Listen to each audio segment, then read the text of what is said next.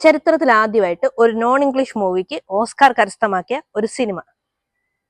ഭൂഗർഭ നിലയിൽ താമസിക്കുന്ന അച്ഛനും അമ്മയും മകളും മകനും അടങ്ങുന്ന ഒരു സാധാരണ കുടുംബം. അവർക്ക് ഡെയിലി ചെലവിന് പോലും പൈസയില്ല. അതെന്താന്ന് വെച്ചാൽ അവരില് ആർക്കും തന്നെ ജോലിയൊന്നുമില്ല, കൃത്യമായ ഒരു ജോലിയേ ഇല്ല. അതുകൊണ്ട് തന്നെ ഡെയിലി ഉള്ള ആവശ്യങ്ങൾക്കെല്ലാം അവർ വളരെ ബുദ്ധിമുട്ടിയാണ് ജീവിക്കുന്നത്. അങ്ങനെ ഇരിക്കെ അവരുടെ മകന് ഒരു സമ്പന്ന കുടുംബത്തിലെ ഒരു പെൺകുട്ടിയെ ഇംഗ്ലീഷ് ട്യൂഷൻ പഠിപ്പിക്കാനായിട്ട് ഒരു അവസരം ലഭിക്കുന്നു. പൊതുവെ കുരുട്ടുബുദ്ധിക്കാരായ ഇവരുടെ കുടുംബത്തിൽ നിന്ന് ആ മകൻ ആ സമ്പന്ന കുടുംബത്തിലേക്ക് ചെന്നാൽ എന്തായിരിക്കും സംഭവിക്കുക, ഇല്ലേ?